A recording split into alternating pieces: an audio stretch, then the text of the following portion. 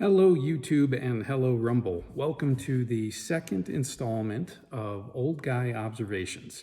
And today I just thought I'd put a video together of a project I just recently completed in which we move our Andersen Ultimate Hitch from our Ram 1500 to our Chevy 2500.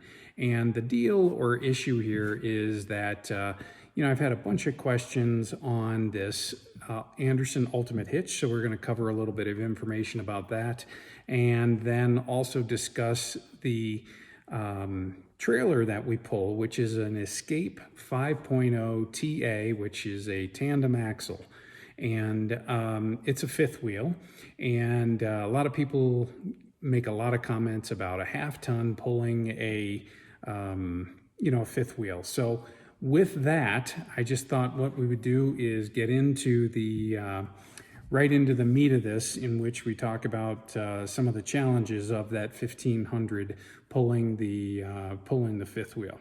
So what you're going to see here, first of all, is you're going to see the door sticker that is inside the Ram door jamb on the driver's side. And what I'm showing here is that this Ram has a 7,100 pound GVWR, gross vehicle weight rating.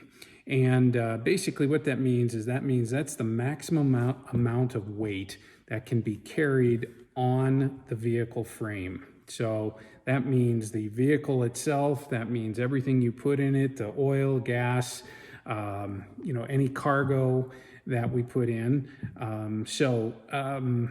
What we have here is 7,100 pounds, and then we have to subtract the actual vehicle weight itself from it. I ran it across the scales. It was just a little bit more than 6,000 pounds. So I'm just going to call it 6,000 pounds. So if you take 6,000 pounds and subtract that from the gross vehicle weight rating, you're left with 1,100 pounds. And that is where the problem is with a 1500. It has no problem whatsoever pulling the vehicle, but these Rams, they're all steel.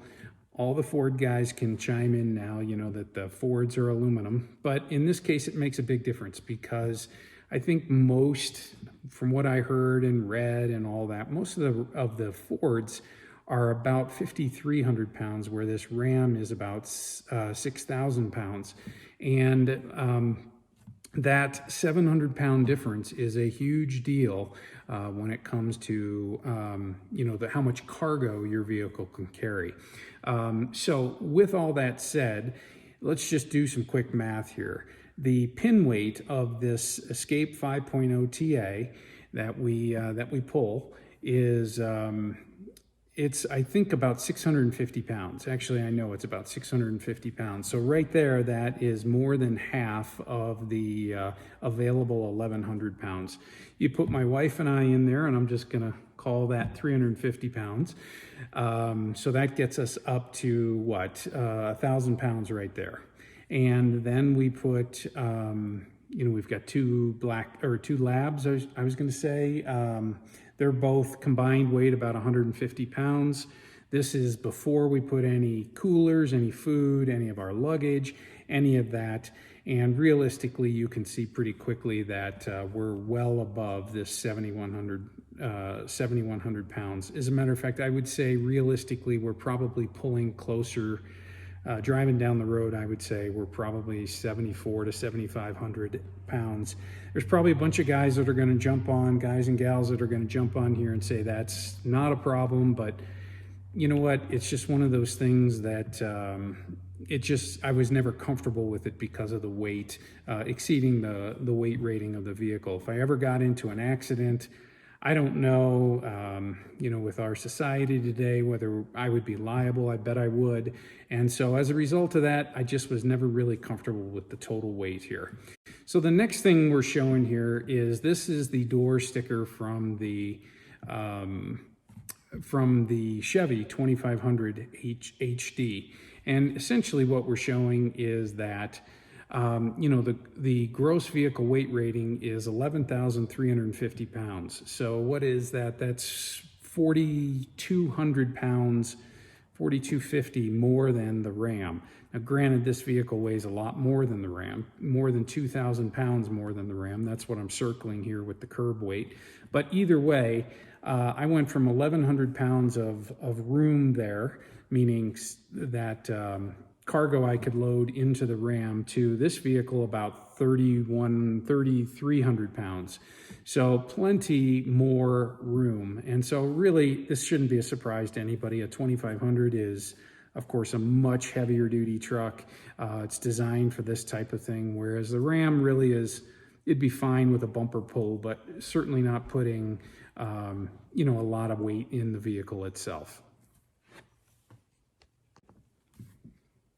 So I hope I'm clear with what I'm just trying to describe here. The bottom line is this 2500 Ram, again, doing the exact same math. If we put 650 pound tongue weight, 350 pounds of people in the vehicle, another 150 pounds of our dogs, and some additional cargo, you know, we're at 13, 14, 1,500 pounds of cargo onto the vehicle itself. And then of course we have more than 3,000 pounds of total of room to load this vehicle. So hopefully that's pretty clear. I'm sure there's just about everybody understands the room available, meaning weight room available on a 2500 versus a 1500. Okay, so here we are. I am basically just starting the process of moving this Andersen hitch from our Ram to our 2500. You can see I'm getting some help there from Dolly. But the bottom line is, in this 1500 Ram, I had a B&W Turnover Ball installed in the bed itself, and it has been awesome. So very cool. Very cool product. You can see here I'm actually flipping the ball itself over. I had to release the locking lever, and then you just insert the ball back in and snap the locking pin, and it locks the ball into place. So I'm just next showing the drive of the truck actually back to the back corner of our property. We keep our trailer in a little pole barn. I think it's 12 by 30 is what the dimensions are of that. And this trailer, the Escape 5.0, is just, I think, 22 feet long, give or take.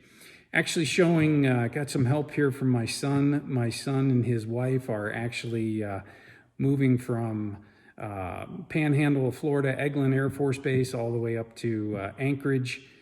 If you happen to know what if you know what a Raptor is, an F-22 Raptor, he's a pilot and has been stationed at Elmendorf up in Anchorage. So just what he wanted to do. Give me some help in a YouTube video on his drive across country. In any event, here we are with the actual Andersen hitch. Sorry about the amateur photography there with the finger in the way. But bottom line is, the way this works is you just bring the Andersen hitch, slip it over the ball itself. I'll show locking it down and tightening and all that, but very good features here, interesting features with the Ram in the Limited, and then I know it's a standalone option you can get in some of the other vehicles, but the Ram does have that air suspension, which just basically means that you don't have to move or you don't have to raise and lower, that's a better way of saying it, the fifth wheel with its landing gear as much. You can use the air suspension on the truck. So the bottom line here is that the truck just drops down over this hitch ball itself. I'm going to just basically show how all this works. But here we are pulling it out of the barn and getting ready to start the process of moving it. So the big thing you have to be concerned about, and what I'm about to show here with a fifth wheel, is of course clearances. And so when you turn and twist your vehicle, that's what I'm showing here, the collision can happen between the fifth wheel and the vehicle itself. So you have to be concerned about your tailgate clearance, your sidewall clearance. So ultimately, the tighter you turn this, the more you have to be concerned about clearance with the cab. That being said, many Escape owners have used the Andersen Ultimate Hitch with the Ram and have not had any concerns with cab clearance. I can't quite get to 90 degrees, but pretty close. What we have here is I'm showing, actually pulling the Chevy out of the garage. In the first video I did, I got a bunch of complaints that I actually never showed the exterior of the Chevy itself. So here we are for you guys that have maybe never seen a 2500 HD. I'm showing pulling it out of the garage, but again, extremely happy with this 2500. It's been a great vehicle so far. So next thing we're doing is I just thought I'd show real quick this all hitched up. My opinion, it's a pretty good looking rig on this on the back of the Ram. But next thing we do is we're going over, I drove both vehicles over to a local school and unhitched it from the Ram, and just going to demonstrate and showing here my son actually helping me untorquing the hitch itself from the Ram. One thing I didn't comment is that this vehicle, or this hitch I should say, requires 60 foot-pounds of torque. We always use a torque wrench to make sure we get those settings right. I know a lot of people just over torque these, but they are aluminum threads, and I just really torque it to 60 foot-pounds, load the trailer up, drive a little bit with it, and then check that torque setting again. It has never moved, but one thing, I just would rather not have that problem ever. So here we are. I'm moving or setting up the hitch in the 2500 Ram. Interestingly, I've made a big point of talking about the B&W Turnover Ball, and I really wanted to get the B&W for the Chevy as well. It was back ordered. So if you go to the dealership, or obviously any simple research shows that what GM supplies is the CURT, C-U-R-T hitches. And so I ended up having to buy a CURT. And I wasn't particularly happy about this because it was basically made in China, whereas B&W, I believe, is made in Kansas, but definitely made in the US. And that was a big deal to me. So here we are, just showing how simple it is to install this. This is the factory fifth wheel prep.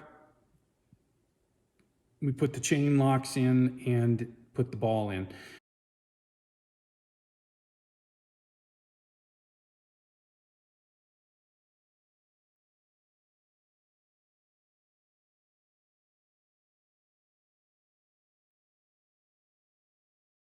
Just showing, moving the how light this Andersen hitch is. I think it's 35 or 36 pounds. Installed it in the back of the Chevy and torqued it down. So that is what we're showing here. There's actually to the the encapsulating latch around the ball itself. Once you have that locked at 60 foot-pounds, then you use these side pins that actually lock that mechanism into place further. So just really a super secure process. This whole thing, I've actually never driven a fifth wheel before, but I know one of the complaints is that you hear a lot of that bucking of the fifth wheel in the actual fifth wheel mechanism. This simply does not have any of that. It's a super secure, there's no banging and clanging back there. Very happy with it. One thing you're gonna hear, or one thing that you hear a lot of, is that these Andersen hitches are, a lot of guys will want they want that secure, true fifth wheel mechanism. And I get that. This Escape 5.0 TA is only 5500 GVWR, so that's its gross vehicle. I typically drive down the road at about 4,200 pounds.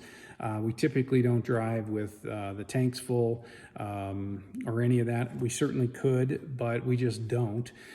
This Andersen hitch is rated at 24,000 pounds, which is just a ton, almost 6 times the room of what our vehicle actually weighs. So we have tons of room in terms of safety factor, and I just feel very, very secure about this.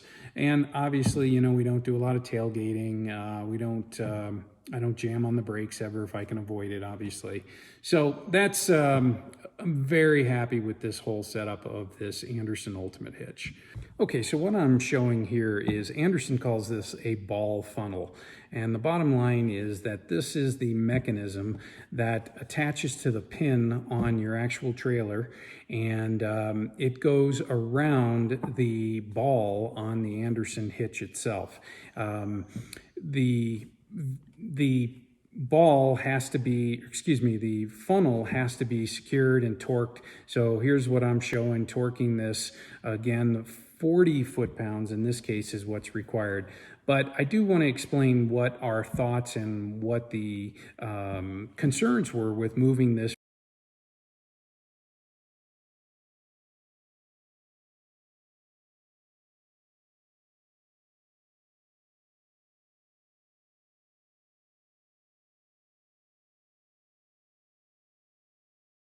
from one vehicle to the next.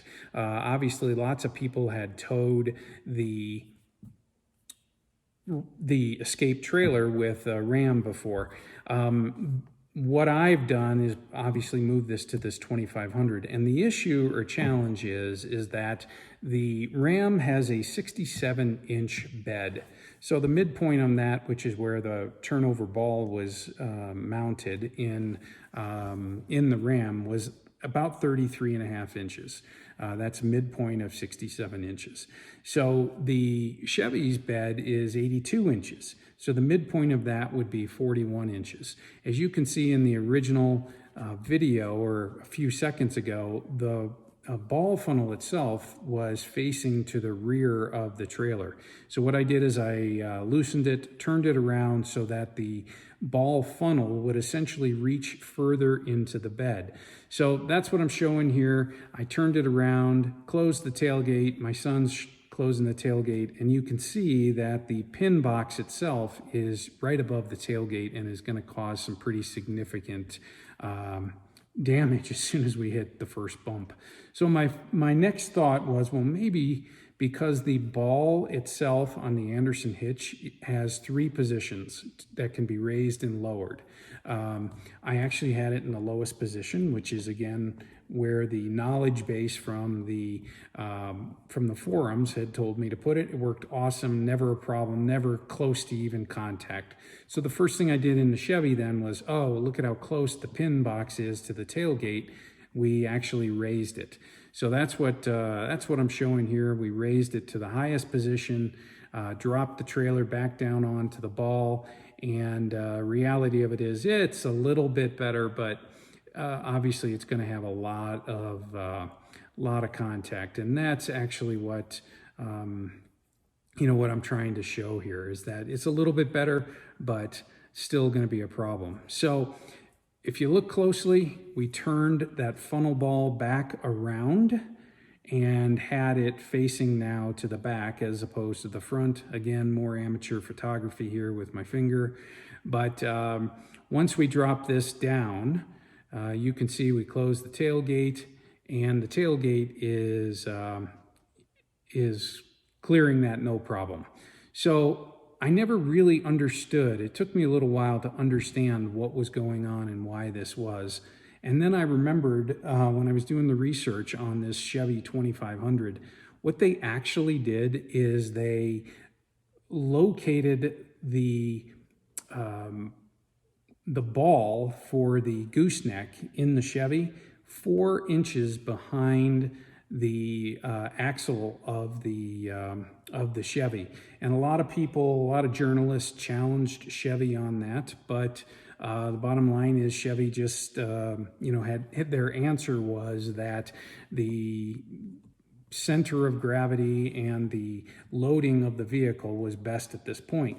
What that really meant is, if you remember, my center point of the bed I thought was at 41 inches. They actually moved it back to be 37 inches. If you take those 4 inches, move it rearward. So really now what we're talking about is where the ram was located. It was at 33 inches into the vehicle.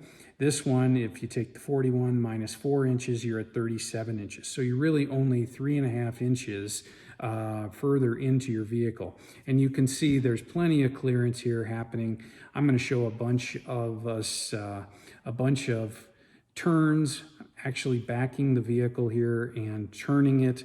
And my concern, of course, is will that pin box clear the sidewall of the bed? And that's actually what we're demonstrating here. So plenty of room in that angle as well. Yeah, so you can see even if there were a bump or some type of, one of the wheels being on a rock or anything, we wouldn't have any clearance problems. The other thing I'm showing here is how much room there is between the trailer and the bed of the, the cab of the Chevy.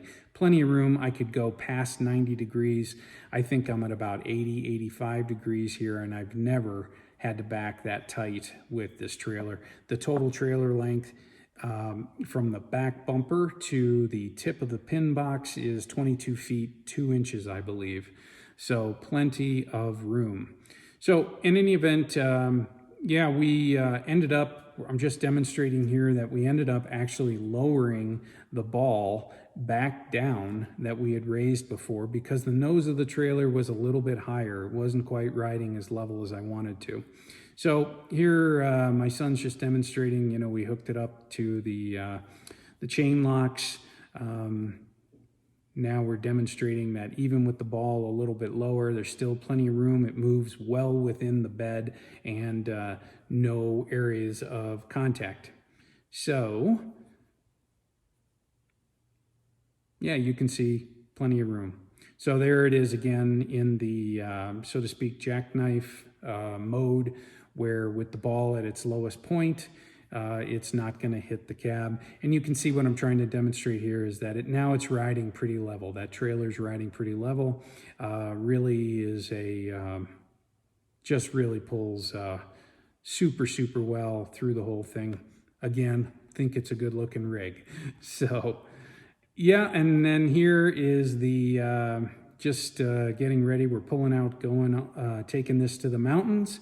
And this is the first time the Chevy has had to pull this thing. And obviously it is just not at all a difficult pull.